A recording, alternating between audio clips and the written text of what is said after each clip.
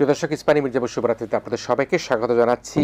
সাম্প্রতিক রাজনৈতিক প্রেক্ষাপট নিয়ে আজ আমরা কথা বলব। প্রিয় দর্শক, আপনারা নিশ্চয়ই দেখেছেন এবং জানতে পারছেন যে ইতিমধ্যে বাংলাদেশ একটা নির্বাচনমুখী, চতুর্দিকে সাধারণ মানুষ, যারা রাজনৈতিক দলগুলো রয়েছে, নির্বাচন কমিশন, আমরা প্রধান উপদেষ্টার কার্যালয় সহ সব জায়গায় কিন্তু নির্বাচনমুখিতার একটা লক্ষণ আমরা দেখতে পাচ্ছি। এখন এই নির্বাচনকে কেন্দ্র করে আসলে নানা রকম মিশ্র প্রতিক্রিয়া তৈরি হয়েছে, মানুষের মধ্যে এক ধরনের উদ্বেগ উৎকণ্ঠা কিন্তু প্রকাশিত হচ্ছে। সেই অবস্থার প্রেক্ষাপটে আমরা গতকালকে দেখেছি ডাকসুর সাবেক ভিপি, গণ অধিকার পরিষদের সভাপতি, জুলাই গণঅভ্যুত্থানের অন্যতম নেতা জনাব নূর হোসেন নূর, তিনি বেশ নৃশংসভাবে হামলার শিকার হয়েছেন এবং এটার জন্য আমরা দেখেছি বিএনপির ভারপ্রাপ্ত চেয়ারম্যান জনাব তারেক রহমান, তিনি ভীষণভাবে দুঃখ প্রকাশ করেছেন, নিন্দা জানিয়েছেন, তিনি উপযুক্ত ঘটনার তদন্তের কথা বলেছেন। জামায়াত ইসলামের পক্ষ থেকেও তারা এই বিষয় নিয়ে বলেছেন যে ফ্যাসিবাদের পতন হলেও কিন্তু মূল ফ্যাসিবাদ কিন্তু এখনো রয়ে গেছে। আমি শিরোনাম আপনাকে দিয়ে শুরু করতে চাই এবং অন্য অন্য দল যেমন এনসিপি কথা বলি, হেফাজত ইসলাম বলি, সবাই কিন্তু এই বিষয়টাকে খুবই দুঃখজনক বিষয় হিসাবে নিয়েছেন। এখন বাংলাদেশ যখন নির্বাচনের পথে হাঁটছে, এটা ফেব্রুয়ারিতে নির্বাচনের তারিখের একটা রোডম্যাপও কিন্তু ঘোষণা করা হয়েছে, আমরা দেখতে পাচ্ছি। সেই অবস্থায় গণ অধিকার পরিষদের সভাপতি জনাব নূর হক নূর, ডাকসুর সভাপতি, তার উপরে এই ধরনের নৃশংস হামলার ঘটনাটাকে আপনি কীভাবে দেখেন এবং নির্বাচনকে কেন্দ্র করে এই ধরনের হামলা এক ধরনের বিভ্রান্তি তৈরি করবার কোনো পক্ষ কোনো অপচেষ্টা করছে কিনা? ধন্যবাদ। আপনার মাধ্যমে আমার সহ আলোচক কবি হাসান হাফিজ ভাই সহ যারা দেখছেন সকলকে আমার পক্ষ থেকে, আমার দলের পক্ষ থেকে অনেক শুভেচ্ছা, অভিনন্দন। আসলে আপনি যে কথাটি বললেন যে গতকাল যে একটি ঘটনা ঘটেছে, এটি খুবই নিন্দনীয়। এই সেই ভিপি যে নূর, যিনি 19 সালে যিনি ডাকসু থেকে ভিপি নির্বাচিত হয়েছিল এবং নির্বাচনের পর থেকে আমরা দেখেছি যে ভিপি নূর এই ফ্যাসিস্ট বিরোধী আন্দোলনে সে ভূমিকা রেখেছে, গুরুত্বপূর্ণ ভূমিকা রেখেছে এবং সে কারণে সে বারবার নির্যাতিত হয়েছে তৎকালীন আওয়ামী লীগের, ছাত্রলীগ, যুবলীগের মাধ্যমে এবং তৎকালীন পেটুয়া বাহিনীর মাধ্যমে। সে বেশ কয়েকবার আহত হয়েছে, তার প্রায় মৃত্যুর মুখোমুখি চলে গিয়েছিল, এরকম কয়েকবার সে এরকম আক্রমণের শিকার হয়েছে। কিন্তু গতকালের ঘটনাটি খুবই দুঃখজনক, কারণ এখন একটি অন্তর্বর্তীকালীন সরকার এসেছে, মানুষের প্রত্যাশা অনেক বেশি। সেই জায়গায় ভিপি নূরের মতো একজন ব্যক্তিকে এভাবে মানে সরকারের আইনশৃঙ্খলা বাহিনী কর্তৃক তাকে যেভাবে আমরা ভিডিওর মাধ্যমে, বিশেষ করে টিভি এবং সোশ্যাল মিডিয়ার মাধ্যমে যেভাবে দেখেছি, এটা মানে বিশ্বাসযোগ্য না। প্রথমে বিশ্বাস হচ্ছিল না যে তা একটা মানুষকে এভাবে আহত করতে পারে। তা সেটা আপনি যে কথাটি বলেছেন যে এই যে নির্বাচনের তফসিল মানে রোডম্যাপটা ঘোষণা হওয়ার পর থেকে হঠাৎ করে দেশের পরিস্থিতির মধ্যে হঠাৎ করে মনে হচ্ছে আইনশৃঙ্খলার পরিস্থিতি গরম অবনতি হচ্ছে। আপনি দেখেন যে তার কয়েকদিন আগে আপনার মুক্তিযোদ্ধা লতিফ সিদ্দিকী বা যাদের ওখানে যারা ছিল আমাদের ঢাকা বিশ্ববিদ্যালয়ের টিচার সহ, সেখানে একটা মব তৈরি করে তাদেরকে যেভাবে নাজেহাল করা হলো। আমি জেনে এটি বলতে চাই যে এই বিষয়গুলো, কিছু কিছু বিষয় আছে যে আইনশৃঙ্খলা রক্ষাকারী বাহিনী তারা অ্যাভয়েড করতে পারে, আবার কিছু কিছু বিষয় আছে সেখানে তারা ভূমিকা রাখা উচিত। আমরা দেখছি যেখানে তাদের ভূমিকা রাখা দরকার সেখানে তারা ভূমিকা রাখছে না, যেখানে তারা অ্যাভয়েড করতে পারতো। গতকালের যে বিষয়টি, যেখানে নূর যে মিছিলটা নিয়ে গেল, সেটা একটা প্রশ্নবোধ থাকতে পারে। সোশ্যাল মিডিয়া আমি দেখেছি অনেক মন্তব্য করেছে যে সে ওই সময় এই মিছিলটা নিয়ে যাওয়ার যৌক্তিকতা কি, সেটা আমি সেদিকে যেতে চাচ্ছি না। আমি বলতে চাচ্ছি যে এই মিছিলটা নিয়ে গেছে বা সেখান থেকে মিছিল থেকে আবার যখন ফিরে আসার পর তার কার্যালয়ের সামনে হঠাৎ করে এইভাবে মানে আইনশৃঙ্খলা রক্ষা বাহিনী তার কর্মীদের উপর তার উপর যেভাবে ঝাঁপিয়ে পড়েছে, এটা সত্যি নিন্দনীয়। আপনি দেখেছেন যে আমাদের পার্টির ভারপ্রাপ্ত চেয়ারম্যান তিনি নিন্দা জানিয়েছেন এবং আমাদের পার্টির মহাসচিব তিনি বিকেলবেলা নূরকে দেখতে গিয়েছিলেন এবং সেখানে তিনি তার খোঁজখবর নিয়েছেন, এই ঘটনার তিনি নিন্দা জানিয়েছেন এবং তিনি বলেছেন যে এই যে ঘটনা যে একটা সুষ্ঠু তদন্ত হওয়া দরকার। তা আমি মনে করি যে নির্বাচনকে সামনে রেখে শুধু বাংলাদেশে নয়, বাংলাদেশের বাইরেও, আমাদের পার্শ্ববর্তী দেশেও অনেক কিছু হচ্ছে।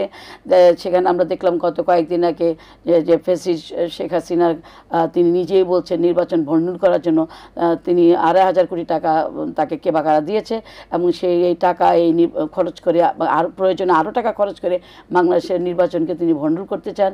এবং সেই জন্য আমি মনে করি যে এই ভিপি নূরের এই হামলাটা কোনো বিচ্ছিন্ন কোনো ঘটনা নয়, এখানে অন্য কিছু আরও অন্য কিছু ঘটনা থাকতে পারে। নিশ্চয়ই আমরা শিরিন আপনার কাছে আবার আসবো। আমি একটু জানিয়ে রাখি, সাবেক সংসদ সদস্য, বিএনপির স্বনির্ভর বিষয় সম্পাদক, 90 গণ আন্দোলনের সম্মুখ সারির নেতা ও ঢাকা বিশ্ববিদ্যালয়ের রোকেয়া হলের সাবেক ভিপি শিরিন সুলতানা এতক্ষণ আমাদের সাথে কথা বলছিলেন। এবার আমরা কথা বলার জন্য আমন্ত্রণ জানাবো জাতীয় প্রেস ক্লাবের সভাপতি ও দৈনিক কালের কণ্ঠের সম্পাদক জনাব কবি হাসান হাফিজ ভাইকে। কবি হাসান হাফিজ ভাই, আমি পরিচয়টা একটু পরে দিলাম এই কারণের জন্য যে আমরা শুনে তারপরে জানালাম যে 90 গণ আন্দোলনের একেবারে সম্মুখ সারির নেতা হিসেবে তিনি কিন্তু অনেক নির্যাতিত ছিলেন।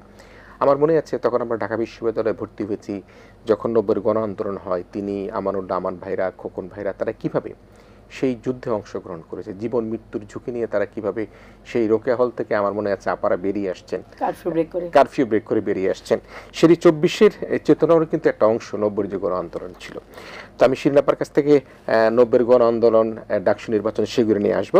আমি কবি হাসান ভাই আপনার কাছে যে বিষয়টি আপা খানিকটা ব্যক্ত করলেন, সেটি হচ্ছে যে তিনি বললেন যে আসলে এগুলি কোনো বিচ্ছিন্ন ঘটনা নয়, যে আইন শৃঙ্খলা রক্ষাকারী বাহিনী যেগুলি তারা নিজেরা এড়াতে পারে সেগুলি এড়াচ্ছে না, আর যেগুলি এড়াতে পারে না সেগুলির মধ্যে ইনভলভ হয়ে যাচ্ছে। এই অভিযোগটি আপার পক্ষ থেকে আসলো এবং বললো যে শুধুমাত্র এই ঘটনা নয়, নানা ঘটনার মধ্যে দিয়ে নির্বাচনের যখন একটা তফসিল হতে যাচ্ছে, একটা রোডম্যাপ হতে যাচ্ছে, নির্বাচন নিয়ে একটা বিশৃঙ্খলা তৈরি করবার চেষ্টা করছে।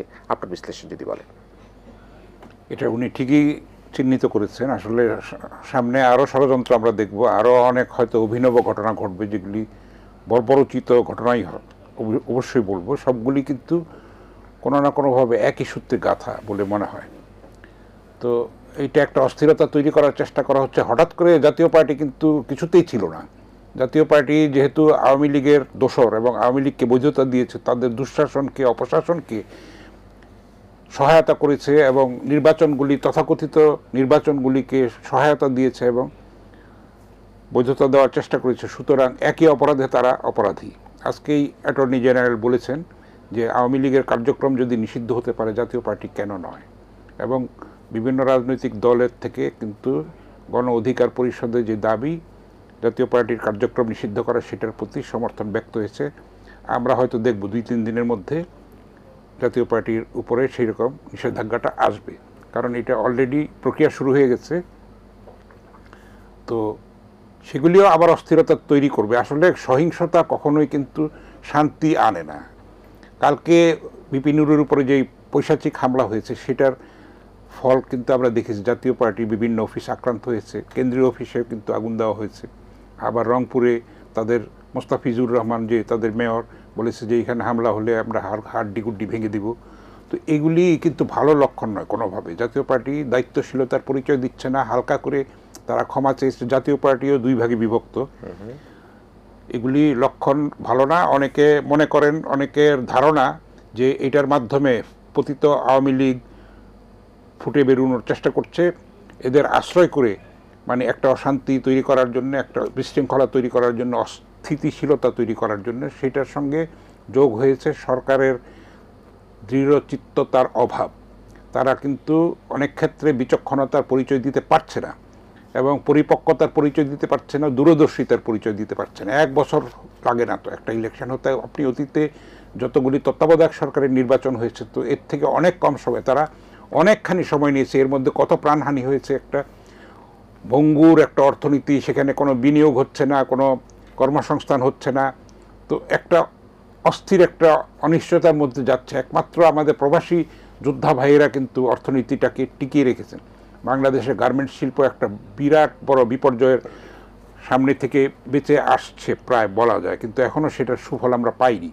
তো এর মধ্যে যদি আমরা রাজনৈতিক দলগুলি পরমত সহিষ্ণুতার পরিচয় যদি না দিই এবং সরকারের পক্ষ থেকে তার পুলিশ বাহিনী এবং অন্যান্য সংস্থা যদি সেরকম দায়িত্বশীলতা এবং কঠোর মনোভাবের পরিচয় না দিতে পারি, তাহলে সামনে হয়তো আরও বড় সংকট অপেক্ষমান। আমরা দেখেছি যে 1 বছর পরে কিন্তু পুলিশের যারা অনুপস্থিত, সেগুলির অ্যাকশন নেওয়া হচ্ছে, তাও খণ্ড খণ্ড। এটা এতদিন কেন তারা করেনি? একটা মেশিনারিজ আছে না, আমলাতন্ত্র আছে না?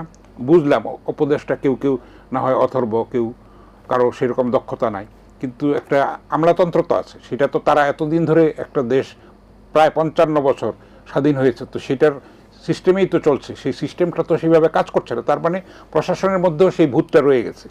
এগুলিকে ক্লিয়ার না করা পর্যন্ত কিন্তু আমাদের সেই রকম যে রক্তপাত হয়েছে এবং প্রাণ দিয়েছেন আমাদের শহীদরা, যে ত্যাগ স্বীকার করেছেন, সর্বপ্লাবী যে ছাত্রগণ অভ্যুত্থান হয়েছে, সেটার সুফলটা আমরা পাবো না, আমরা সেই রক্তের সঙ্গে বেইমানি করতে পারি না। সুতরাং সামনে আরও বড় চ্যালেঞ্জ আছে। আমি মনে করি 36 জুলাই হলো প্রাথমিক বিজয় মাত্র, আসল চ্যালেঞ্জটা সামনে। সত্যিকারের একটা গণতান্ত্রিক সংস্কৃতি প্রতিষ্ঠা করা এবং চর্চা করা এবং বৈষম্যমুক্ত একটা নতুন বাংলাদেশ বিনির্মাণ করা, সেটা কিন্তু বড় চ্যালেঞ্জ। একটা শান্তিপূর্ণ এবং স্থিতিশীল একটা দেশ গড়ে তোলা এবং একটা প্রগতির পক্ষে এগিয়ে যাওয়ার জন্য যে পরিবেশটা দরকার, সেটা কিন্তু বড় চ্যালেঞ্জ। সেটা সম্মিলিতভাবে জাতীয় ঐক্যের মাধ্যমেই কিন্তু সেটা প্রতিষ্ঠিত হতে পারে। তো আমরা দেখছি যে ঐকমত্য কমিশনও কিন্তু অনেক চেষ্টা করেছে। বাংলাদেশের ইতিহাসে এত দীর্ঘ মানে কি বলবো সংলাপ কখনো হয় না রাজনৈতিক দলগুলিকে আস্থায় নিয়ে, সেখানের মধ্যেও কিন্তু গোলমাল আছে। বাম দলগুলি কিন্তু বেঁকে বসছে, তাদের দাবি দেওয়া পূরণ করা হয় না। এখন সবার পক্ষে তো মানে একজনের পক্ষে তো সবার মন জয় করা সম্ভব না, 100% বলে কিছু নাই আসলে। তো গণতন্ত্রে এটা তো স্বীকার করতে হবে, এটা ডিবেট হবে, মত পার্থক্য হবে, কিন্তু কোনো কোনো প্রশ্নে, জাতীয় ঐক্যের প্রশ্নে, জাতীয় স্বাধীনতা সার্বভৌমত্বের প্রশ্নে কিন্তু এক থাকতে হবে। না হলে কিন্তু সামনে অনেক আরও বিপদ অপেক্ষমান আছে। ছাত্ররা আমাদেরকে রক্ষা করে দিয়েছে, কিন্তু মূল দায়িত্বটা তো এখন রাজনৈতিক দলগুলির কাছে। তারা যদি সেরকম দায়িত্বশীলতা, প্রজ্ঞা এবং দূরদর্শিতা এবং সহিষ্ণুতার পরিচয় না দিতে পারে, বিচক্ষণতার পরিচয় না দিতে পারে, তাহলে কিন্তু আমি বলবো যে সামনে অন্ধকার অপেক্ষা করছে। আমরা সেটা চাই না, আমরা আলোর পথেই যেতে চাই। যারা উজ্জ্বল নায়ক ছিল 36শে জুলাইয়ের, আমরা তাদেরকে সেরকম সসম্মানে দেখতে চাই, তাদের মর্যাদার মধ্যে দেখতে চাই। তারা যেন বিচ্যুত না হয়, আমরা তাহলে অত্যন্ত বেদনা আহত হব, জাতি বেদনা আহত হবে, সেটা আমরা কোনোভাবেই চাই না। জি, আমরা শুনবো। আমি একটু যেহেতু শিরিন সুলতান আপা আপনাকে পেয়েছি, আমরা ছেলেবেলায় যখন কিশোর তখন ঢাকা বিশ্ববিদ্যালয়ে ভর্তি হয়েছি, হওয়ার পরপরই কিন্তু আমরা 87, 88, 89-তে আমরা যে গণ আন্দোলন দেখলাম, এবং আমার মনে আছে যে কারফিউ ভেঙে কিভাবে আপনারা বের হলেন, এবং এই 24-এর যোদ্ধাদের কিন্তু সেটি নিশ্চয়ই, আমি জানি না তখন তো এত ভিডিও ছিল না, এত ফুটেজ ছিল না, জানবার অত সুযোগ নাই, কিন্তু যতটুকু কাগজ ও কলমে পাওয়া যায় সেটুকুই কিন্তু এখন এই তরুণরা এই জুলাই যুদ্ধের হয়তো জানতে পারছে। আপনি কি একটু আমাদেরকে ফ্ল্যাশব্যাকে গিয়ে বলবেন কিনা সেই দিনগুলোর কথা, আপনার স্মৃতিতে কোনো কিছু মনে পড়ে কিনা, এমন কোনো ঘটনার কথা? আসলে আপনাদের মনে হচ্ছে যে অনেক সময়, কিন্তু আমার কাছে মনে হচ্ছে সেই দিনের ঘটনা।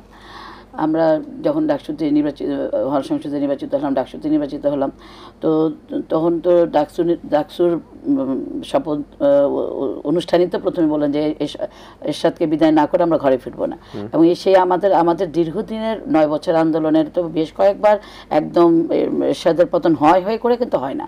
তো 90-এর ডাকসুর নেতৃত্বেই পরে শেষ পর্যন্ত সর্বদলীয় ছাত্রঐক্য হলো, এবং সেই সময়ে আওয়ামী লীগের ছাত্র সংগঠন, জাসদ, ছাত্র ইউনিয়ন, বাম সংগঠন, আমরা সবাই ছাত্রদল একত্র হয়ে কিন্তু আমরা তখন সর্বদলীয় ছাত্রৈক্য করে ডাকসুর নেতৃত্বে এরশাদ বিরোধী আন্দোলন হলো। তো সেখানে কিন্তু প্রতিদিনই আমাদের মিছিল মিটিং হতো, এবং আমাদের মানে এখনকার পরিবেশের সাথে না, আমরা যে এখনকার মানে কি বলবো, এখনকার সাথে যখন মিলাতে যাই, যে কয়েকদিন আগে দেখলাম যে আপনার যে 24-এর যোদ্ধারা যেইভাবে স্লোগান দেয়, যে অশ্লীল ভাষার স্লোগান দেয়, মানে এগুলো শুনলে আমাদের কষ্ট লাগে। এর জন্য যে আমরাও বিশ্ববিদ্যালয়ে পড়াশোনা করেছি, আমরা বিশ্ববিদ্যালয় থেকে বেরিয়ে আসছি, আমরাও দীর্ঘ 9 বছর এরশাদ বিরোধী আন্দোলন করেছি, এবং আমরা কিন্তু অনেক ত্যাগ স্বীকার করেছি তখন। আর এই গত 18 বছর আমার বিরুদ্ধে 70টার উপরে মামলা, আমি এই 70টা মামলা নিয়ে আমি কিন্তু গত 17 বছর আমি এই হাসিনার বিরুদ্ধে আন্দোলন করেছি। আমার বিরুদ্ধে 70টার উপরে মামলা, এবং আমার এত মামলা যে মামলার নথিপত্র আমি পরে পাইনি, যে কারণে আমাকে বলেছে যে আপনি কোনো রকমই ধরা দেবেন না, ধরা দিলে আপনাকে আমরা 1 বছরও ছুটে যেতে পারবো না। যে কারণে তারপরে কিন্তু আমাদের আন্দোলন বা কোনো আন্দোলনের সঙ্গে আমি বাদ ছিল না, এরকম কোন প্রোগ্রাম আমি যাইনি। আমার কথা মানে এরশাদ বিরোধী আন্দোলনের কথা বলবো, যে আমার একটা স্মৃতি বিশেষ করে মনে হচ্ছে যে এরশাদ বিরোধী আন্দোলনের শেষ সময় আমাদের যখন ডক্টর মিলন ভাইকে যখন হত্যা করা হলো, তো সেই সময় তো আমাদের একটা বড় একটা মিছিল হওয়ার কথা ছিল, যে আমাদের আরেকটা ছাত্রদলের আরেকটা গ্রুপ আমাদেরকে হামলা করতে পারে এই আশঙ্কায় সর্বদলীয় ছাত্র এবং ওই ছাত্রদলের আরেকটা গ্রুপের সাথে যখন অভিনীয় গ্রুপের যে একটা সংঘর্ষ চলছিল, তো সেই দিনে একটা বড় প্রোগ্রাম ছিল। তো এই প্রোগ্রামে সকালবেলা থেকেই যখন যে বাংলা একাডেমির সামনে মিলন ভাই হত্যা করা হলো, যেমন তার সেদিন বিকেলবেলা যখন সারা বিশ্ববিদ্যালয় উত্তাল এবং সারা বাংলাদেশে তখন উত্তাল, তারপরে যখন রাত্রেবেলা আমরা বললাম যে আমরা ক্যাম্পাস ছেড়ে আমরা যাবো না, রাত্রেবেলা ঘোষণা আসলো যে কালকের মধ্যে হল ছেড়ে দিতে হবে। হল ভ্যাকেন্ট হয়ে গেল। তো আমরা চিন্তা করি যে হল ভ্যাকেন্ট যদি হয়ে যায় তাহলে তো আন্দোলন শেষ, কারণ ছাত্ররাই তো আন্দোলনের চালিকা শক্তি। ছাত্ররাই যদি এই বিশ্ববিদ্যালয়তে সরে যায় আমরা বিচ্ছিন্ন হয়ে যাবো, বিচ্ছিন্ন হয়ে গেলে আন্দোলনটা শেষ। তো তখন সেই মুহূর্তে আমরা হলের মধ্যে যেটা হয় মেয়েদের হল, হ্যাঁ তখন হলের বিপি, তা আমরা হলের ভিতরে আমরা সন্ধ্যার পরে সব যখন ছাত্র সবাই বসলাম কি করা যায়, কালকে তো হল ভ্যাকেন্ট, মেয়েরা বিশেষ করে তো হল ভ্যাকেন্ট হলে খুব বেশি কষ্ট হয়, কারণ তারা বাড়িতে যাবে আবার খরচ করে আসবে। তো মেয়েরা খুব ইয়ে করছে, আপা আমরা বাড়িতে যেতে চাই না, আমরা আন্দোলন থাকতে চাই এবং আমরা পতন না বন্ধ যাব না। তো চিন্তা করছি কি করা যায়। আমরা রাত্রিবেলা আমাদের একটা বিল্ডিং আছে একদম রাস্তার কাছে, ওই নিউ বিল্ডিং মানস বিল্ডিং, ওটা ছাদে বসে আছি আর দেখছি যে সমানে আর্মির গাড়ি ঢুকছে বেরোচ্ছে। তো তখন তো মোবাইল ছিল না, টেলিফোনও ছিল না, যোগাযোগ করার কোনো উপায় নেই। তো নিজেরাই চিন্তা করলাম যে কালকে কী করা যায়। তখন আমরা চিন্তা করলাম যে আমরা কালকে সকালে আমরা এরশাদের একটা কুশপুত্তলিকা দাওয়া করবো এবং আমরা সকালে কারফিউ ব্রেক করবো এবং কারফিউ ব্রেক করে আমরা হলের থেকে যাবো, আমরা যাবো না। তো যেই বলা সেই কাজ, আমরা পরের দিন সকালে আমরা রাত্রেবেলা, আমাদের হলে তার পুরুষ মানুষ নেই, দাদুরা, দাদুদের জুতা, কারো প্যান্ট, কারো শার্ট বললাম যে দাও।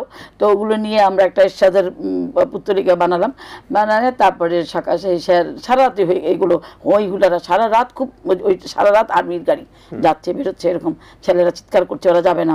তা আমাদের ছাত্র ভাইদের ওই সময় দেখছে হল থেকে শব্দ আসছে ওরা যেতে চাচ্ছে না। তখন আমরা সকালবেলা খুব ভোরে উঠে আমরা একদম কাক ভরে আমরা বেরিয়ে গেলাম এর সাথে বন্ধ করে রেখে আমরা কারফিউ ব্রেক করবো। তারপরে আমরা হলে গেলাম, হলের চাবি চাইলাম, দিল না, প্রভোস্ত নাই। তারপরে দাদুরকে বললাম দাদু খোলে না, পরে দাদুর মানে মেয়েরা যেমন অনেক মেয়ে চলে আসে, হ্যাঁ হল গেট বড় গেটটা তালা দাও। তারপরে আমরা যদি মানে ওকে সেট করলাম না করে একদম ঠালাতে ভেঙে ফেলবো। তখন বাধ্য হয়ে সে তো দেখছে মেয়েরা এরকম চলে আসছে। তো মানে মেয়েরা কীরকম পরিবেশ, মানে আমরা তখন কেউ গায়ে ওড়নাও নেই, হ্যাঁ আমার গায়ে একটা গামছা ছিল, আর মেয়েরা যা পরা ছিল রাতে নাইট ড্রেস পরা। সেই অবস্থায় আমরা একদম হলের গেট ভেঙে এই মনে করেন কারফিউ ব্রেক করে আমরা সেই প্রথম আমি চিন্তা করলাম যে আমরা মিছিলটা নিয়ে ছেলেদের দিকে যাই, মানে আমরা কার্জন হলে আমাদের জসিমউদ্দিন হল মহসিন হলের দিকে যাই, কারণ আমরা একা তো ব্রেক করবো, সবাইকে নিয়ে ব্রেক করি। তো আমরা যখন মিছিলটা নিয়ে ওখানে গেলাম তখন ওই সূর্যসেন হল ওখান থেকে ওরা চিৎকার করছে যে ওরা আসতে চায়, কিন্তু সামনে আর্মির গাড়ি। তারপর মহসিন হলের দিকে গেলাম, ওদের বলতেছে তোমরা আসো। তো ওই সময় আসলে তো কেন্দ্রীয় নেতারা অনেকে ছিলেন না, তা কারণ ওই ধরে ফেলবে সেই জন্য। তো আমরা তখন ইয়ে করলাম যে আমাদের তখন দিকে আস্তে আস্তে কিছু ছেলে পেলে আসতেছে, আমাদের ছাত্রভাইরা কেউ আসতেছে। তো ওই সময় আমরা মিছিলটা নিয়ে কী করে ক্যাম্পাসের বাইরে যেতে হবে। তো আমরা আসতেছে, আমাদের পিছনে আস্তে আস্তে ছেলেরা জ্বর হচ্ছে, ভাইয়েরা আসছে, ছাত্র ভাইয়েরা আসতেছে। আমরা এই মিছিলটা নিয়ে তখন আস্তে আস্তে আমরা সেই প্রেস ক্লাবের দিকে গেলাম। প্রেস ক্লাবের দিকে যেয়ে দেখি যে মানে আর্মিরা পুরো প্রেস ক্লাবের এখানে ইয়ে তো কারফিউ তো তারা তো মানে অস্ত্র নিয়ে সজ্জিত একদম এরকম করে তাক হয়েছে। তো আমরা যখন মিছিলটা নিয়ে আসলাম তখন অলরেডি অনেক আমাদের প্রায় 1,500-2,000 ছেলে মেয়ে আমরা হয়ে গেছি এর মধ্যেই, মানে হলের কেউ ছিল না, বেরিয়ে আসতেছে। তারপরে ওদেরকে নিয়ে যখন আসতেছে হেঁটে আসতে অনেক সময় লেগেছে, অনেক আমাদের সাথে চলে আসছে।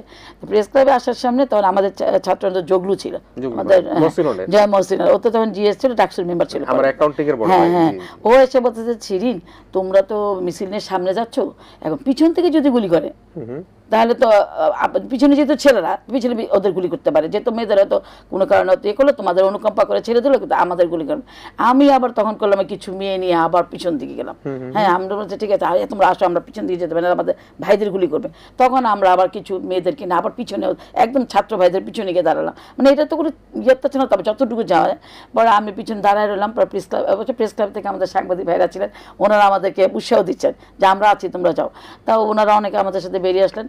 তো এই মিছিলে আমরা সে মতিঝিল থানা হয়ে পুরো ঢাকা শহর প্রদক্ষিণ করে তারপরে আমরা আবার বিশ্ববিদ্যালয় ক্যাম্পাসে গেলাম। তো তখনই অলরেডি আসলে কারফিউ ব্রেক হয়ে গেল এবং এরশাদের পতনে একটা বড় অধ্যায় আমরা আসলে ওই সময় আমাদের নেতৃত্ব হয়েছে। যদিও ডাকসু সর্বদলীয় ছাত্রৈক্য তারা এই সমস্ত গেইনটা ওনাদের কাছে যায়, মানে আমাদের কথা কেউ বলতে চায় না। যে বৈষম্য তো অতীতেও ছিল, এখন আছে, ভবিষ্যতেও থাকবে। কারণ আমাদের ওই যে আমরা যে ছাত্রীরা যে একটা সাহস করে বেরিয়ে আসলাম, আমরা কারফিউ ব্রেক করলাম, আমাদের নেতৃত্বে, এটা কেউ কখনো বলে না। হ্যাঁ তা আমাদেরই এখন বলতে হয় না। তো এটা আমাদের একটা বড় স্মৃতি যে আমরা একটা 90 এরশাদ বিরোধী আন্দোলনে আমরা ছাত্রীরা একটা বড় ভূমিকা রেখেছিলাম। এবং তারপরে আমরা হলে কিন্তু তারপরে আমরা 10-12 জন আমরা হলে ছিলাম এবং আমরা হলে থেকে আমরা কিন্তু মাঝে মাঝে বেরিয়ে এসে আমরা তখন ছাত্র নেতারা এসে ক্যাম্পাসে আসতো হল ভ্যাকেন্টের পরেও। কিন্তু আমরা রোকেয়া হলে আমাদের শামসুন্নাহার ছিল, বাঁধনাপা, তারপর আমাদের শামসুন্নাহার, আমরা কিন্তু জাসদের, আমরা কিন্তু হলের মধ্যে একটা রুমে থাকবো। তারপর রাত্রেবেলা এসে একদিন রাত্রেবেলা আরবির এসে আমাদের হল রেড করলো, রোকেয়া হল আলাদা করে রেড করলো। তখন আমাদের প্রভোস্টকে খুব গালাগালি করছে, হাউসটিতে গালাগালি করছে, আপনাদের এখানে হলে মেয়েরা আছে, মেয়েরা বেরিয়ে গিয়ে সকালবেলা দিনের বেলা মিছিল করে, আবার ছেলেদের সাথে মিছিল করে, আবার রাত্রে এসে হলে ঢুকে, আপনার তো হল ব্যাগেন, আপনি কীভাবে পারমিশন দিচ্ছেন? তো তখন ওই সময় কিন্তু আমার খাবার দাবার কিন্তু প্রেস ক্লাব থেকে যেত, আমাদের খাবারগুলো, আমাদের 15-20 জনের খাবার। তো তখন সেই রাত্রে মনে হচ্ছে, আমি তো ছোটো ছিলাম দেখিনি, বাট ওই রাতের অভিজ্ঞতা, একদিন রাত্রে একদম কয় তারিখ হবে এটা, 1-2 তারিখে দেখি যে পুরো হল আপনার আর্মি ঢুকে গেছে, একটা রুম সার্চ করতেছে। হ্যাঁ, তো মানে চিন্তা কর, রাত্রে তখন কত রাত, ভোররাত্রের দিকে আমাদের রুম সার্চ করছে, আমরা তো উঠে বসে আছি, ভয় একটার নয়, সবাই ভয় কাঁপছে। তখন আমরা চিন্তা করলাম যে আমাদের সামনের রুমে তালা দিয়ে দিলাম, পিছনে মনে যে রুম মানে বন্ধ, আমরা পিছন দিয়ে আমাদের মেইন বিল্ডিংয়ের পিছনে বারান্দাটা অনেক প্রশস্ত, আমরা আরেক রুমে যাওয়া যেত। তো আমরা যখন বলছি এই রুমে আসলে আমরা পাশের রুমে চলে যাবো, এরকম করে তো রাত্রে অনেক সংখ্যার মধ্যে কাটো। প্রভোস্ট অনেক বুদ্ধি করে এদেরকে অনেক বেশ কিছু রুমে ঢুকলো, রুম ভাঙলো, তারপর তারা চলে গেলো। পরের দিন সকালে বললো যে শিরিন আর থাকা যাবে না, তোমরা এখন অন্যভাবে চিন্তা ভাবনা করো, কারণ ওরা টের পেয়ে গেছে, আজকে রাত্রে হয়তো অন্য কিছু হবে। পরে আমরা প্রায় 4-5 দিন পরে আমরা হল থেকে বেরিয়ে আসলাম। তা তারপরে আমি আমার বাবার বাড়ি আমি বাসাবোতে ছিলাম। বাসাবোতে আমরা আবার তখন আন্দোলনটা একদম 5 তারিখ পর্যন্ত এরশাদের পতন পর্যন্ত এগিয়ে নিলাম। তো এই হলো মানে এরশাদ বিরোধী আন্দোলনে আমরা এই গত 17 বছর হাসিনা বিরোধী আন্দোলনে আমরা কিন্তু প্রতিটা প্রোগ্রাম আমরা ছিলাম। আমাদের যে কারণে আমাদের এতগুলো মামলা হয়েছে, বা মামলা নিয়েও আমরা আন্দোলন করেছি। আমি অবশ্যই আমার হৃদয়ের অন্তঃস্থল থেকে যারা 24-এর গণ আন্দোলন যারা নেতৃত্ব দিয়েছে ছাত্র ভাইদের, তাদেরকে মানে ধন্যবাদ জানাই যে তাদের নেতৃত্বে পরবর্তীতে যদিও বাংলাদেশের সাধারণ জনগণও তাদের সাথে নেমেছে, এবং ছাত্র শ্রমিক জনতা মিলেই পরে এই 24-এর গণ আন্দোলন সফলতা হয়েছে। জি, প্রিয় দর্শক, নিশ্চয়ই আজকে আমরা একটু স্মৃতির মণিকোঠায় ফিরে গেলাম, এবং আমাদের শ্রদ্ধেয় 90-এর গণ আন্দোলনের যে যোদ্ধা, আজকে 24-এর যোদ্ধাদের যাদের কথা বলি, তাদেরকে একটু যারা কেউ টেলিভিশনে দেখে থাকেন, তাহলে আপনারা নিশ্চয়ই দেখবেন যে শিরিন সুলতানা তখন রোকেয়া হলের ভিপি ছিলেন, কীভাবে রাতের বেলা সারা রাত সেখানে জেগে থেকে সকালবেলা কাক ডাকা ভোরে এশারের কুৎসুপুত্লিকা নিয়ে সেই কারফিউ ভেঙে বেরিয়ে গেছিলেন। আমরা শিরিন সুলতান আপার কাছ থেকে শুনলাম। আমরা আবার একটা বিরতি নিচ্ছি, বিরতির পরেই আমরা আমাদের আজকের যে শ্রদ্ধেয় অতিথি জনাব কবি হাসান হাফিজের কাছে ফিরে আসবো। প্রিয় দর্শক, ইস্পানী মির্জাপুর শুভরাত্রিতে একটা ছোট্ট বিরতি নিচ্ছি।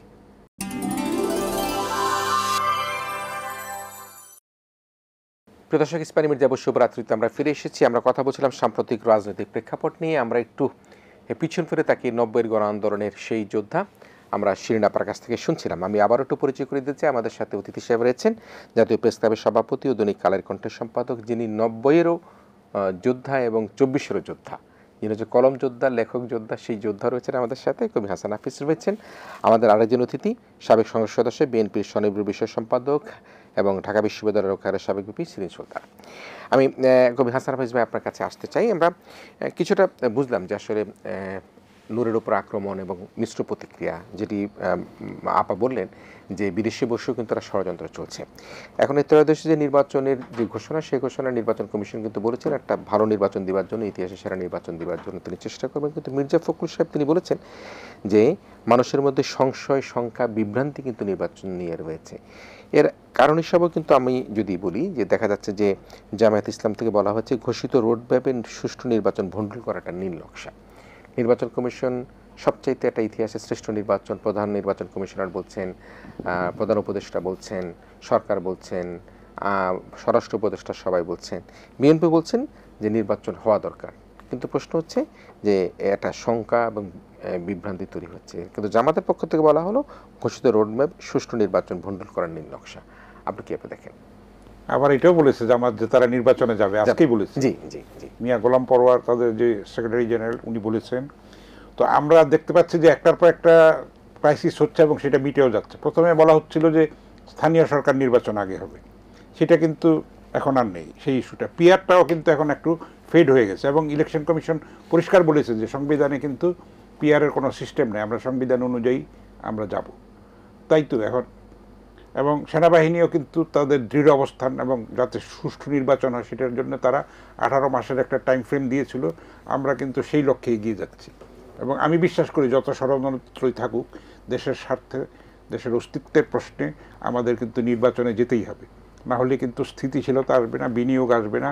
এবং এই যে এই 24-এর যে মহান গণ অভ্যুত্থান, যেটা আপা বলছিলেন, এইবারও কিন্তু রোকেয়া হলের ছাত্রীরা অসাধারণ কাজ করেছেন, তারা ব্রেক থ্রুটা করেছেন, আইস ব্রেকিং করেছেন, অভিবাদন তাদেরকে। তারা কিন্তু মধ্যরাত্রে তুমি কে আমি কে রাজাকার রাজাকার বলে সেই যে শেখ হাসিনার সেইসব কটূক্তি এবং শ্লেষ, সেটাকে জবাব দেওয়ার জন্য কিন্তু তারা মধ্যরাতে গেট ভেঙে বেরিয়ে এসেছিল। সেখানে কিন্তু একটা অন্যরকম একটা বাকবদল হয়, আন্দোলনটা একটু আরও বেগবান হয়। সুতরাং হিস্ট্রি রিপিটস ইটসেলফ। সুতরাং তাদেরকে অভিনন্দন জানাইতে হয়, সেই অগ্নিকন্যাদেরকে অভিনন্দন জানাতেই হয়, জুলাই যোদ্ধাদেরকে। তো যত ষড়যন্ত্রই থাকুক, বাংলাদেশের মানুষ কিন্তু একটা প্রশ্নে ঐক্যবদ্ধ, দেশের স্বাধীনতা সার্বভৌমত্বের প্রশ্নে, দেশের অগ্রগতির স্বার্থে, প্রগতির স্বার্থে, স্থিতিশীলতার স্বার্থে কিন্তু তারা এক হবে। এবং প্রয়োজন হলে আরও ছাত্ররা কিন্তু এখনও রাজপথে আছে, তারা ওয়াচডগের মতো তারা প্রহরাও দিচ্ছে। 2-4 জন বিচ্ছিন্নভাবে তাদের ইমেজ নষ্ট করেছে, সেটা ভিন্ন জিনিস, কিন্তু সামগ্রিকভাবে আমরা কোনোভাবেই তাদেরকে দোষারোপ করতে পারি না। তারা তো করে দেখিয়েছে, শান্তিপূর্ণ আন্দোলন করে দেখিয়েছে, নিরাপদ সড়ক চাই আন্দোলন সাফল্যের সঙ্গে করে দেখিয়েছে, কোটা বিরোধী আন্দোলন করে দেখিয়েছে, এবং সর্বশেষ যেটা ক্ষেত্র তৈরি হয়েছিল দীর্ঘ 1.5 দশক ধরে, যে গুম খুন, সম্পদ লুট, ধর্ষণের সেঞ্চুরি বলেন, সম্পদ পাচার বলেন, প্রশাসনের দলীয়করণ বলেন, নির্লজ্জ যে কুক্ষিগত করে রাখার ক্ষমতা সব কিছু। শেখ রেহানা তার কন্যারা নাকি ভাসমান, অসহায়, গরিব, এটা বলে তারা প্লট নিয়েছে পূর্বাঞ্চলের, সেটা কিন্তু রাজুকের কর্মকর্তারা সাক্ষ্য দিয়ে বলেছে এই মামলার মধ্যে। তো এই হলো একটা দেশের কতখানি সর্বনাশ তারা করেছে, এবং এই কুফল কিন্তু আমরা ভোগ করছি। আপনি দেখেন রোহিঙ্গাদেরকে ডেকে এনে তথাকথিত মাদার অফ হিউম্যানিটি এবং নোবেল প্রাইজের লোভে সেই কুফল কিন্তু আমরা শুধু ভোগ করছি না, এবং এটা আঞ্চলিক একটা হুমকি হয়ে দাঁড়িয়েছে। সেখানে প্রতিদিন আপনি জানেন 87টা শিশু জন্মগ্রহণ করে, সেখানে কক্সবাজারের আসল লোকেরা তো একসময় সংখ্যালঘু হয়ে যাবে। আপনি দেখেন সেখানে সাহায্য সংস্থাগুলি তাদের বরাদ্দ অর্ধেক করে দিয়েছে, শিক্ষা প্রতিষ্ঠানগুলি বন্ধ হয়ে গেছে। একটা অরাজকতা, নাশকতা, তারপরে বেপরোয়া কিশোর গ্যাং, অমুক বলেন, সন্ত্রাস বলেন, হানাহানি বলেন, রাহাজালি বলেন, এবং এই রোহিঙ্গারা বাংলাদেশের ভোটারও হয়ে যাচ্ছে ছদ্ম পরিচয় নিয়ে, বাইরে গিয়ে অশান্তি করছে, বাংলাদেশের বদনাম করছে। সেই কুফলটা, এই যে বিষ বৃক্ষ যে শেখ হাসিনা রোপণ করে গেছে, এইটা কিন্তু আমরা সহজে উৎপাদন করতে পারবো না। তো ফলে এখন আমাদের আরও সতর্ক হতে হবে, সচেতন হতে হবে। প্রত্যেকটা মানুষকে যার যার অবস্থান থেকে জুলাইয়ের স্পিরিটটাকে ধারণ করতে হবে, এবং সেটাকে সংহত করার জন্য দায়িত্বশীল ভূমিকা পালন করতে হবে বলে আমি মনে করি। শুধু রাজনৈতিক দলগুলির কাজ না, এটা শুধু সরকারের কাজ না। আমি মনে করি প্রত্যেকটা ব্যক্তির কিন্তু মাইন্ডসেটটা চেঞ্জ করতে হবে, এবং সেখানে সংস্কারের প্রকৃত সংস্কার এটা একটা গালি হিসেবে এখন পরিণত হয়েছে, সেটা দুঃখজনক। কিন্তু এটা এত কচলানো হয়েছে। সংস্কার তো একটা চলমান প্রক্রিয়া রে ভাই, এটা তো আপনি 3 মাস, 1 বছর, 2 বছরে করতে পারবেন না। 3 বছর পরে আপনার কি পরিস্থিতি হবে আপনি এখন তো এটা ফোর্সই করতে পারছেন না, আপনি তো জ্যোতিষী না। এটা চলতেই থাকবে, সংস্কারও চলবে, নির্বাচনের প্রক্রিয়াও চলবে, গণতন্ত্রের উত্তরণের চর্চাটাও থাকবে, তাই না? সেই ভোট হতে হবে, সুষ্ঠু নির্বাচন হতে হবে, যেগুলি আমরা 3টা নির্বাচন আমরা ভোট দিতে পারি না। একটা যে কলঙ্ক লিপ্ত একটা ইতিহাস বিশ্বের ইতিহাসে এটা স্থাপন করে গেছে, সেটাকে কিন্তু আমাদের মোচন করতে হবে। সেই জন্য একটা সুষ্ঠু, সুন্দর, গ্রহণযোগ্য, স্বচ্ছ নির্বাচন হতে হবে। এবং তার আগে আজকেই চিফ প্রসিকিউটর বলেছেন যে এটা আমরা ফেব্রুয়ারির মধ্যেই হয়তো শেখ হাসিনার একটা বিচার আমরা পাবো, আশা করা যায়।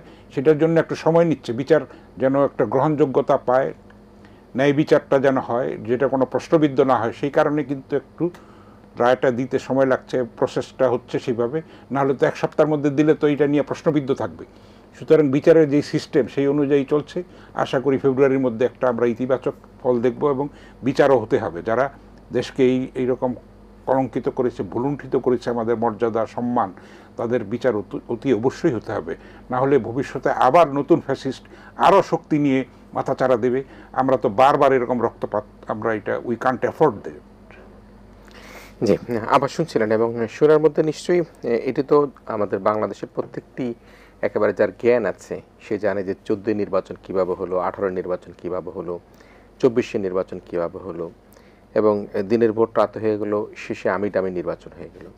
যখন 24-এর নির্বাচন হয় তখন কিন্তু তার আগে আমরা বন্ধুবান্ধবরা আলোচনা করতাম যে দুই নির্বাচন তো করে ফেললো একভাবে, 2400টা কীভাবে করবে। তখন বন্ধুরা দুষ্টামি করে বলতো শেখ হাসিনার মাথার মধ্যে এমন বুদ্ধি আছে যে বুদ্ধি দিয়ে কিন্তু নতুন একটা ছক তৈরি করে ফেলছে। সেই ছকে কিন্তু আমিডামি নির্বাচন দেখলাম, যেটা হাসান ভাই বললো মানুষ ভোট দিতে পারেনি 15-16 বছরের মধ্যে। এখন যে চ্যালেঞ্জটা, যে সংখ্যাটা, সেটি ফ্যাসিবাদ বিরোধী আন্দোলনে আপনারা ছিলেন, বিএনপি ছিলেন, জামাত ইসলাম ছিলেন, তরুণ যোদ্ধারা ছিলেন, বাম রাজনৈতিক দল, সকল আবার বৃদ্ধ বনিতা মানুষ, সেই সবাই ছিলেন। এখন পিআর এবং সনাতন পদ্ধতি নিয়ে কিন্তু একটু আটকে আছে, যেটি হাসান ভাই বললেন যে আমাদের যে স্থানীয় সরকার নির্বাচনের যে প্রশ্নটি সেটি কিন্তু এখন এক ধরনের আলোচনার মধ্যে নেই। পিআরটাও হয়তো বা আলোচনার মধ্যে না থাকলেও অল্প স্বল্প আছে। তো এই যে নিজেদের যে আন্দোলনের সুফল, সেই সুফলটার ক্ষেত্রে পিআর এবং সনাতন নিয়ে একটা মিশ্র প্রতিক্রিয়া, আপনার বিশ্লেষণ কি? এখানে আসলে পিআর পদ্ধতি বা সনাতন পদ্ধতিতে কোন পদ্ধতিতে নির্বাচনটা হবে সেটা কিন্তু ইতিমধ্যে নির্বাচন কমিশনার একটা রোডম্যাপের মাধ্যমে তিনি বলে দিয়েছেন। কারণ পিআর পদ্ধতি বলেন আর গণপরিষদ বলেন, যেটাই করতে হয় সেটা কিন্তু সংসদে গিয়ে সংসদের পাশ করার মাধ্যমে সেটা করতে পারে। কিন্তু আপনি দেখেন যে জাতীয় ঐক্যমত্যের সেখানে প্রায় 83টি সংস্কার সেখানে আলোচনা এসছে। সেখানে বিএনপি কিন্তু কিছু কিছু বিষয়ে দ্বিমত ছিল, তারপরও প্রায় 73টি সংস্কার তারা বিএনপি মেনে নিয়ে এসছে, 9টি বাদবাকিগুলো মেনে নিয়েছে। এখন যে বিষয়টি হলো যে বিএনপিকে এমনি এমনি মেনে নিয়েছে, বিএনপি আলোচনা করেছে যে দুবারের বেশি প্রধানমন্ত্রী হতে পারবে, এটা আমরা বিএনপি বিরুদ্ধে ছিল। তারপর ঐক্যমতের সেখানে সকল রাজনৈতিক দলের সাথে বসার পরিপ্রেক্ষিতে সেটা কিন্তু পরবর্তীতে বিএনপি মেনে নিয়েছে, এবং 10 বছরের বেশি থাকতে পারবে সেটাও বিএনপি মেনে নিয়েছে। এরকম বেশ কিছু সংস্কার যেটা আমাদের দলগতভাবে আমাদের সিদ্ধান্ত ছিল যে আমরা এটার বিরুদ্ধে, কিন্তু আমরা জাতীয় ঐক্যমতের সংস্কার যখন ডাকা হলো তখন কিন্তু আলোচনা সাপেক্ষে সেগুলো আমরা মেনে নিয়েছি।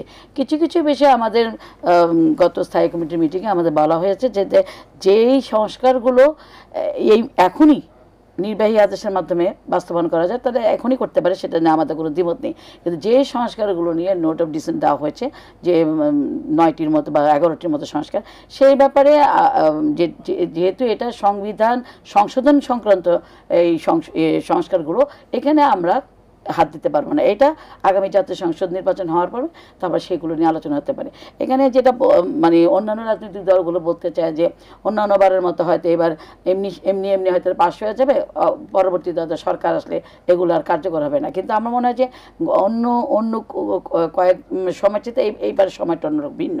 এটা জাতীয় একটা বিপ্লবের মধ্য দিয়ে একটা এই সরকারের পতন হয়েছে, এবং আমরা এই সংস্কারগুলো নিয়ে আলোচনা করছি, এবং একটা আলোচনার মাধ্যমে একটা সকলের ঐক্যমত্যে পৌঁছেছে। এখন যেটা হয়েছে যেই সংস্কারগুলো নিয়ে বিভিন্ন রাজনৈতিক দল আছে আন্দোলন করছে, এনসিপি, জামাত সহ, তারা যেভাবে বলছে পিয়াজ, আজকেও ভাই বললেন, কিন্তু আমি আজকেও দেখলাম যে নির্বাচন কমিশনের কথা যেন জামাতের আজাদ সাহেব বলছেন যে না, পিয়ার ছাড়া আমরা নির্বাচনে যাব না। এই ধরনের কথাগুলো একদিকে দেখেন জামাত ইসলাম আজকে থেকে 3 মাস আগে 300 আসনে তারা প্রার্থী ঘোষণা করে ফেলছে, তারা নির্বাচনের প্রচারণা চাচ্ছে, এমনকি তারা পোস্টারও করে ফেলছে, কোনো কোনো জায়গায় দাঁড়িপাল্লা সহ তারা পোস্টার করে ফেলছে, কিন্তু তারা মুখে বলছে আমরা অমুকটা ছাড়া নির্বাচনে যাব না। আবার দেখেন যে এনসিপি তারা আপনার নিবন্ধনই পায়নি, কিন্তু তার মধ্যে তারা সারা দেশ ইতিমধ্যে তারা ট্যুর করে এসে একটা নির্বাচনের আবহাওয়া তারা তৈরি করে ফেলছে, এবং বোঝা যাচ্ছে তারা নির্বাচনে যাবে। কিন্তু এই যে মুখে বলছে নির্বাচনে যাব না বা এরকম এটা ছাড়া হবে না, আমি মনে করি যে এই বিষয়গুলোকে আমরা কি ফেসিবাদকে আমরা আমন্ত্রণ করছি কিনা।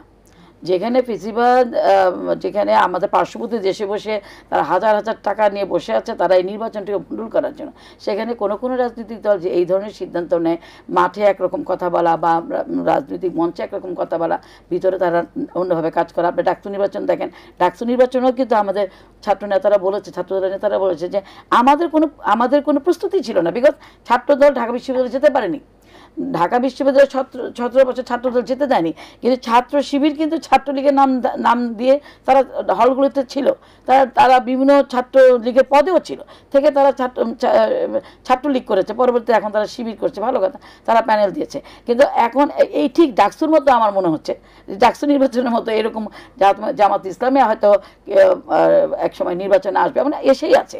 কিন্তু এই যে মুখে বলছে আমরা নির্বাচনে আসবো না, অমুকটা দিলে হবে না, অমুকটা সংস্কার করতে হবে, অমুকটা, এটা আমি মনে করি যে দেশে একটা অস্থিতিশীল পরিস্থিতি তারা সৃষ্টি করছে, এবং এই অস্থিতিশীল পরিস্থিতির মধ্য দিয়ে আমি মনে করি ফেসিবাদকে আমন্ত্রণ জানানো হচ্ছে।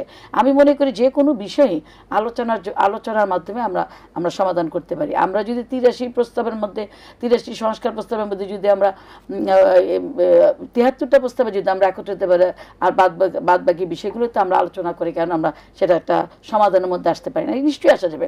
এবং আমি যেটা মনে করি ফেব্রুয়ারিতে নির্বাচন হবে, নির্বাচন কমিশন প্রস্তুত, এই অন্তর্বর্তীকালীন সরকারও প্রস্তুত, নির্বাচন দিয়ে তারা ক্ষমতা ছেড়ে দেবে। বাংলাদেশের জনগণ 15 বছর ভোট দিতে পারেনি, 3টি নির্বাচনে ভোট দিতে পারেনি, বাংলাদেশের জনগণ উন্মুখ হয়েছে তারা একটি ভোট দেওয়ার জন্য, কাজে সকলেই প্রস্তুত, এবং রাজনৈতিক দলগুলোর মধ্যে অনেকেই প্রস্তুত, 2-3টি দল বাদে, যারা বলছে যারা নির্বাচন করবো কি করবো না। তা আমি মনে করি যে সবগুলো বিষয়ে একটা আলোচনার মাধ্যমে একটা সমাধানে আসা উচিত। এবং আজকে যে আইন শৃঙ্খলার যে অবনতি হচ্ছে, এটা আসলে প্রথম থেকে আমি দেখেছি যে তত্ত্বাবধায়ক সরকার, অন্তর্বর্তী সরকার আসার পরে আমি মনে করি এটা তাদের একটা বড় ধরনের ব্যর্থতা। কোথাও তারা আইন শৃঙ্খলা পরিস্থিতি তারা উন্নতি করতে পারেনি, এবং যে কারণে যে মব সৃষ্টি হচ্ছে, মবের মাধ্যমে আপনি দেখেন বিভিন্ন জায়গায় আজকে আপনার শুধু যে রাজনৈতিকভাবে হচ্ছে তা না, সাধারণ স্কুলের বাচ্চারা মব সৃষ্টি করে আপনার একজন আরেকজনকে মেরে ফেলছে। তো এটা একটা মানে সামাজিক ব্যাধির মতো হয়ে গেছে। এই জন্য আমি মনে করি যে আইন শৃঙ্খলা পরিস্থিতি উন্নত করা দরকার, সেটা একটি সুষ্ঠু অবাধ সুষ্ঠু নির্বাচনের জন্য আমি মনে করি সবার আগে প্রয়োজন একটি আইন শৃঙ্খলা পরিস্থিতি উন্নত করা। সেখানে আমাদের তত্ত্বাবধায়ক অন্তর্বর্তীকালীন সরকারের অবশ্যই ভূমিকা থাকবে, এবং তারা সেই ভূমিকা নেবে, এবং আমি আশাবাদী যে সকল রাজনৈতিক দল আলোচনার মাধ্যমে আগামী সংসদ নির্বাচনের জন্য তারা প্রস্তুতি নেবে, এবং ফেব্রুয়ারিতে ইনশাআল্লাহ নির্বাচন হবে বলে আমি আশাবাদী। নিশ্চয়ই। প্রিয় দর্শক, আমরা তো নির্বাচনমুখী তা দেখতে চাই, এবং প্রত্যেকটা দলে কিন্তু নির্বাচনের কথা বলছি, বিএনপি, জামায়াত, এনসিপি, কিন্তু প্রত্যেকের মধ্যে ছোটোখাটো কিছু হয়তো নিজেদের মধ্যে আবদার, নিজেদের মধ্যে খুনসুটি রয়েছে। আমরা আশা করি সেগুলি সমাপ্ত হবে, এবং ফেব্রুয়ারিতে যে নির্বাচন, বাংলাদেশ যে নির্বাচনের পথে হাঁটছে, সে হাঁটার পথ মসৃণ হবে। প্রিয় দর্শক, আমরা ইস্পানী মির্জাপুর শুভরাত্রিতে একটা ছোট্ট বিরতি নিচ্ছি। বিরতির পর আবার আমাদের প্রিয় দুজন অতিথি নিয়ে একই আয়োজনে আমরা অল্প কিছুক্ষণের মধ্যে ফিরে আসছি।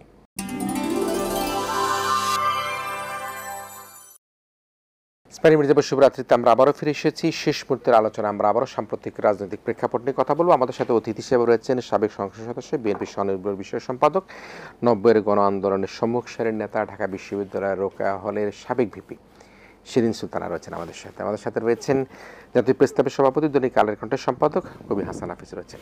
আমরা শিরিন আপার সাথে কথা বলছিলাম, এবং পিআর এবং সনাতন পদ্ধতি নির্বাচন নিয়ে কথা বলতে গিয়ে তিনি বলেন, আসলে জামায়াত ইসলাম তো 300 আসনে তাদের নমিনেশন দিয়েছে, এনসিপি সারা দেশ ঘুরে এসেছে, তারাটা নির্বাচনে আবহ তৈরি করছে।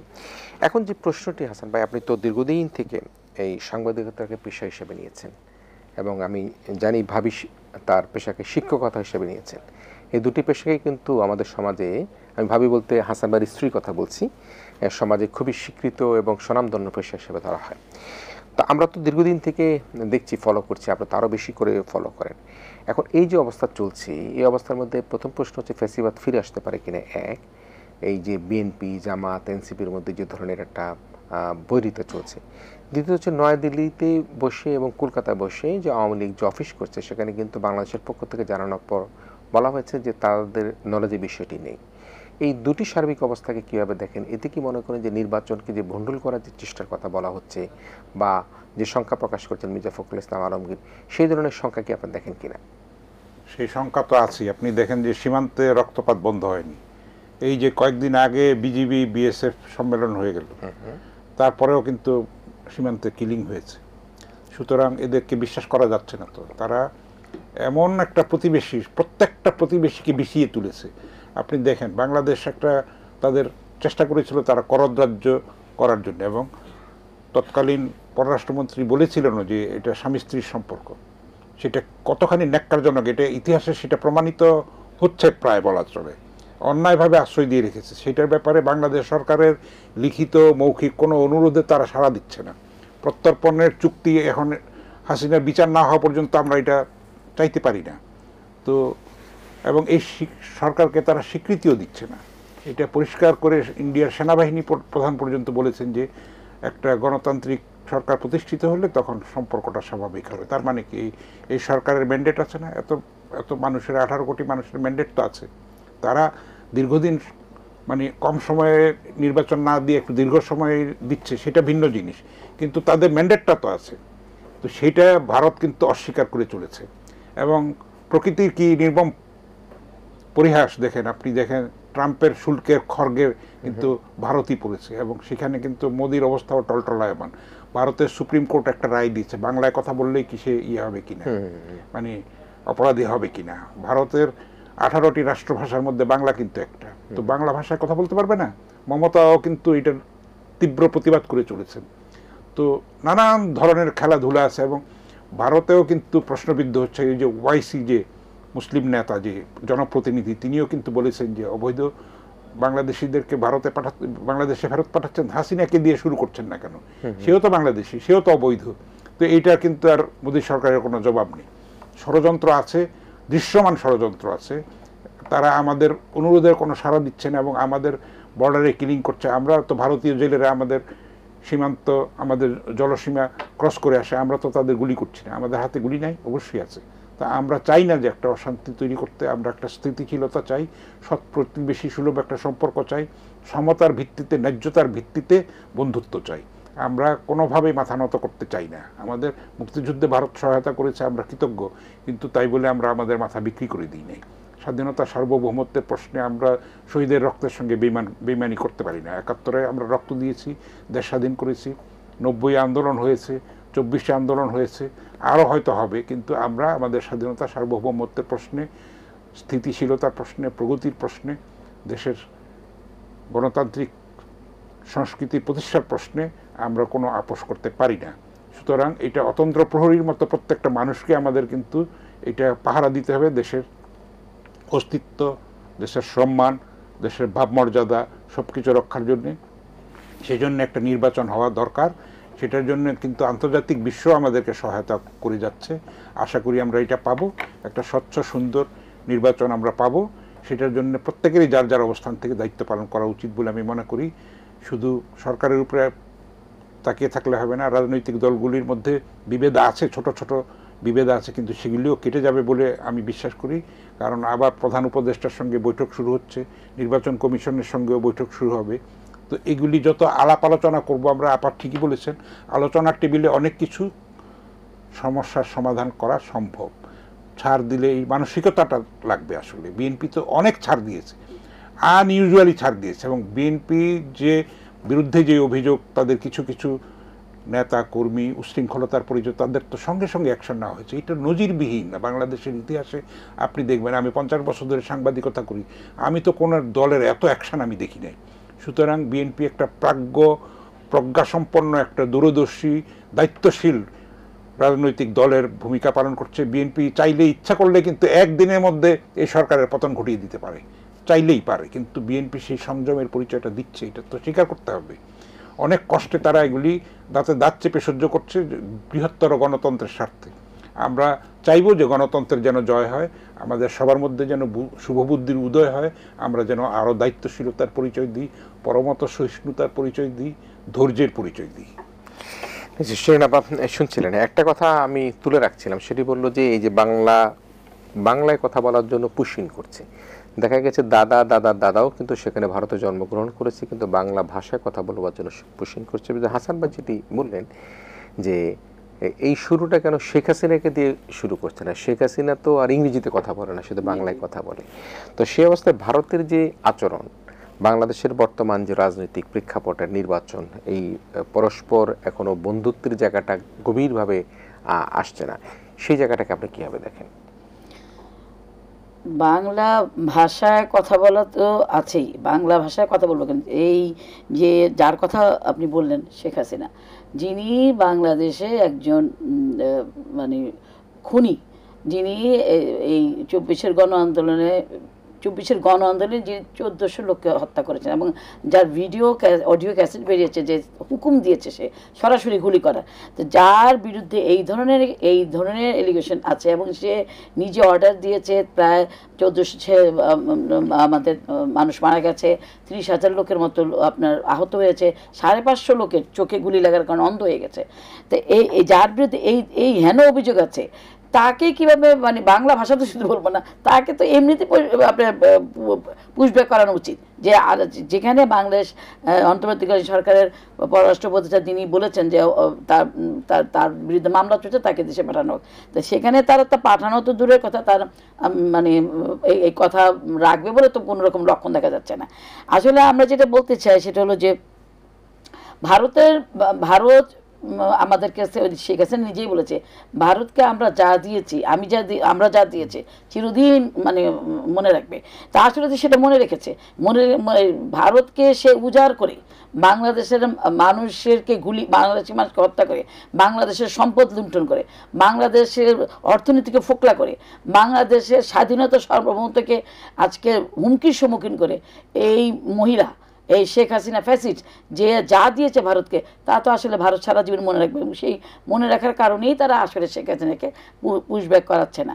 আমরা মনে করি যে ভারত যদি আসলে আমাদের সত্যিকার অর্থে বন্ধু হতো, তাহলে আজকে অন্তত আপনি জানেন কি জানেন, ভারতের মধ্যে কিন্তু শেখ হাসিনাকে রাখার কারণে বিভিন্ন মানে বাংলাভাষী ছাড়াও বিভিন্ন হ্যাঁ আন্দোলন করছে তারা, মানে তার কথা বলছে। এক সাংবাদিকের সেদিন শুনলাম আমি, কলকাতার এক সাংবাদিক, খুব নাম করা সাংবাদিক, নামটা মনে নেই, তিনি বলছেন যে শেখ হাসিনাকে কেন রাখা হচ্ছে, তাকে কেন পাঠানো হচ্ছে না, তাকে তার ভূমিকার কারণে তারা বলেছে তাকে অনতিবিলম্বে বাংলাদেশে পাঠিয়ে দেওয়া হচ্ছে, যেখানে ভারতের সাধারণ লোকেরা যেখানে বলছে, কিন্তু ভারত সরকার তাকে কোনোরকম কোনো মানে এই ব্যাপারে কর্ণপাত করছে না। তা আপনি যেটা ভাইকে বলেছেন যে আশঙ্কা করি কেন, অবশ্যই আশঙ্কা করি।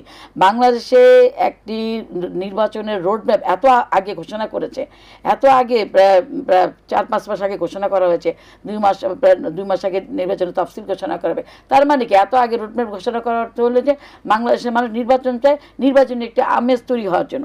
সেখানে এই নির্বাচনের আমেজ তৈরি হওয়ার পরিবর্তে আমাদের বিভিন্ন রাজনৈতিক দলের নেতারা শঙ্কা প্রকাশ করছেন। আমাদের বিএনপির মহাসচিব তিনি আজকে বলেছেন, তিনি গতকালও বলেছেন যে এখানে মধ্যপন্থা গণতন্ত্র হচ্ছে, মনে হচ্ছে যে উগ্রপন্থীদের পদধ্বনি শোনা যাচ্ছে। এবং আসলে আমরা যেটা দেখছি যে এই নির্বাচনকে কেন্দ্র করে আমাদের নিজেদের মধ্যে যে ছোটোখাটো বিষয় নিয়ে যে একটা দূরত্ব তৈরি হচ্ছে, আপনার এনসিপি বলেন, আপনার জামাত ইসলাম বলেন, তাদের মধ্যে একটা দূরত্ব তৈরি হচ্ছে, যার মধ্য দিয়ে আজকে আমরা মনে করছি যে পার্শ্ববর্তী দেশ এখানে তারা সুবিধা নিবে, এবারে এখানে শেখ হাসিনা একটা সুবিধা নিতে পারে, শেখ হাসিনার দল একটা সুবিধা নিতে পারে। আমরা সামনে পুজো আসছে, পুজোর মধ্যে দেখা যাবে যে পূজনীয় একটা আমাদের এখানে আইন শৃঙ্খলার একটা অবনতি তারা করতে পারে। মানে যে কোনো বিষয় নিয়ে আমরা একটা শঙ্কার মধ্যে থাকি যে কখন ভারত আমাদের মানে ওরা তো নিজের এসে করে না, আমাদের দেশে ভারতের যারা এজেন্ডা বাস্তবায়ন করতে চায়, আমাদের দেশকে যারা ভারতের পররাষ্ট্র বানাতে চায়, সেটা তো ভারতের লোকরা করে না, আমাদের দেশে তাদের পেইড কিছু এজেন্ট আছে, রয়ের কিছু এজেন্ট আছে, যারা এই হাসিনার ভারতের কথায় আজকে বাংলাদেশকে একটা ইয়ের মধ্যে ফেলে দিয়েছে। তাই আমি মনে করি যে বর্তমান অন্তর্বর্তীকালীন সরকারের সকল বিষয়ে দৃষ্টি রাখতে হবে। আমরা অন্যান্য রাজনৈতিক দলের কাছে আমাদের অনুরোধ থাকবে যে আপনারা আমাদের যে বিএনপি সহ সকলের কাছে আমাদের অনুরোধ থাকবে, ছোটোখাটো বিষয়গুলো যেগুলো আছে আমরা আলোচনার মাধ্যমে যত দ্রুত সম্ভব আমরা ঠিক করে আমরা নির্বাচনের, যেহেতু রোডম্যাপ অলরেডি ঘোষণা করা হয়েছে, আমরা যার দলের ম্যানিফেস্টো নিয়ে যার নিয়ে আমরা মাঠে নেমে পড়ি এবং এখানে আমাদের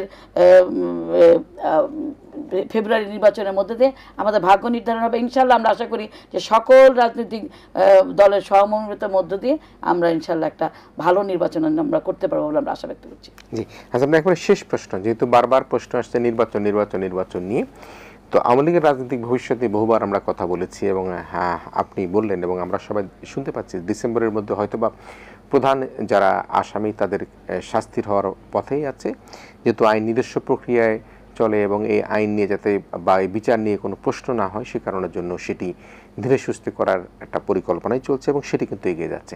তো আপনি একেবারে এই জাতীয় নির্বাচনকে সামনে রেখে আপনি আওয়ামী লীগের রাজনীতিক ভবিষ্যৎটাকে কীভাবে দেখেন? আওয়ামী লীগ তো এখনো পর্যন্ত অনুশোচনা করেন, অনুতাপ করেন নাই, ভুল স্বীকার করেন না, প্রায়শ্চিত্ত তো পরের কথা, তাই না? তো সেটা তো তাদের বুঝতে হবে, তারা এখনো রিয়েলাইজ করে নাই যে কি ঘটনা তারা ঘটিয়েছে। সেটা বহির্বিশ্ব দেখেছে, জাতিসংঘের তদন্ত সেটা প্রমাণিত হয়েছে। এইসব মামলাগুলি যখন রায় হবে তখন কিন্তু আরও সুনির্দিষ্ট তথ্য প্রমাণ, রাজসাক্ষী হয়েছে, আপনি জানেন যে সাবেক আইজিপি, সেগুলির তথ্য প্রমাণের ভিত্তিতে এটা প্রতিষ্ঠিত হবে। তখন দেখা যাবে যে আওয়ামী লীগ হয়তো ফিরে আসবে অনেক অনেক বছর পরে। তো সেটা অন্য ফর্মে আসতে হবে, মানুষের জন আকাঙ্ক্ষার প্রতি শ্রদ্ধাশীল হয়ে ক্ষমা চেয়ে, করজোরে ক্ষমা চেয়ে আসতে হবে। কিন্তু সেই পরিস্থিতি এখনও প্রিভেল করছে না, সেটা অনেক দূরের ব্যাপার। আপাতত আমরা আমাদের গণতন্ত্রকে সংহত করতে হবে, একটা স্থিতিশীলতা নিশ্চিত করতে হবে এবং আঞ্চলিক আমাদের মানে কি বলবো স্বাধীনতা সার্বভৌমত্বকে নিশ্চিত করে আমরা গণতন্ত্রের পথে এগিয়ে যাব। সেটাই এখন সবচেয়ে বড় চ্যালেঞ্জ। এখানে রাজনৈতিক দলগুলিকে আমি বলবো যে কঠিন পরীক্ষা দিতে হবে এবং ছাড়ের মানসিকতা থাকতে হবে। শুধু বিএনপি ছাড় দেবে অন্যরা দেবে না, এটা তো হতে পারে না। এটা তো মিউচুয়াল একটা শ্রদ্ধাশীলতা, এটা একটা পারস্পরিক ব্যাপার। একজন শ্রদ্ধা করলো, আরেকজন উপেক্ষা করলো কিংবা অপমান করলো, এটা তো হতে পারে না। তো সেই পরিবেশটা তৈরি করতে হবে। এখন কিন্তু বড় চ্যালেঞ্জটা সেখানে। ছাত্ররা যেই কাজটা করে দিয়েছে সেটা এখন ফিনিশিং টাচ দেওয়ার দায়িত্ব হলো রাজনৈতিক দলগুলির। আমরা তাদের কাছ থেকে আরও দায়িত্বশীলতা আশা করি, আরও প্রজ্ঞা আশা করি, বিচক্ষণতা আশা করি এবং দূরদর্শিতা আশা করি এবং ত্যাগের একটা মানসিকতা আমরা বৃহত্তর স্বার্থে, জাতীয় ঐক্য প্রতিষ্ঠার স্বার্থে তাদের কাছ থেকে আমরা প্রত্যাশা করি। জি, একেবারে সময় শেষ। আমি শিরিন সুলতান আপা আপনার কাছে আসতে চাই। আমরা একটা ঐক্যের ডাক শুনতে চাই আপনাদের কাছ থেকে। আপনি তো ছাত্র নেতৃত্ব দিয়েছেন, জাতীয় রাজনীতি করছেন এবং 70টা মামলার আসামি ছিলেন। সুতরাং আপনার মধ্যে কষ্ট আছে, দুঃখবোধ আছে, যন্ত্রণা আছে। আমি জানি যে পারিবারিকভাবে বহুদিন আছে হয়তো পরিবার, সন্তান, স্বামী তাদের সাথে দেখা করতে পারেননি। আপনিও লুকিয়েছিলেন, আপনার স্বামী, আমাদের সকলেই পরিচিত খোকন ভাই, তারাও লুকিয়েছিলেন। সবাই মিলে একটা অশান্তির মধ্যে জীবন যাপন করেছেন 16-17টি বছর। তারপরও এখন আপনারা যে ফ্যাসিবাদী আন্দোলনে একটা জগদ্দল যে পাথরটাকে আপনাদের বুক থেকে, আমাদের বুক থেকে আমরা সরাতে পেরেছি, সেটি আমাদের একটা স্বস্তির জায়গা তৈরি করে দেয়। আরও স্বস্তি হবে একটা সুন্দর নির্বাচন হলে, একটা গ্রহণযোগ্য নির্বাচন হলে। একটা আহ্বান জানানো যায় না, সবাই মিলে আমরা একত্রের কাজ করতে চাই, জামাত বলি, এনসিপি বলি। আপনারা বড় দলের নেতা, আপনারা যদি আহ্বান জানান হয়তো সাড়া দিলেও দিতে পারে না। আমার ভাই যেটা বলেছেন যে বিএনপি অনেক ছাড় দিয়েছে এবং বিএনপি যে ধৈর্যের পরিচয় দিয়েছে, এটা কিন্তু আসলে আশ্চর্যের বিষয়। আপনি দেখবেন যে আমাদের এই পর্যন্ত 4,000 নেতাকর্মীদেরকে কিন্তু একদম বহিষ্কার করা হচ্ছে এবং সিনিয়র স্ট্যান্ডিং কমিটির থেকে শুরু করে আপনার ভাইস প্রেসিডেন্ট, জয়েন্ট সেক্রেটারি, এই পর্যায়ে একদম নিচের লেভেলের একদম সাধারণ মেম্বার পর্যন্ত এদেরকে কিন্তু শোকজ করা হয়েছে, বহিষ্কার করা হয়েছে। হ্যাঁ, অনেকে বলছে যে বহিষ্কার করা হয়েছে তারপরে কেন থামছে না।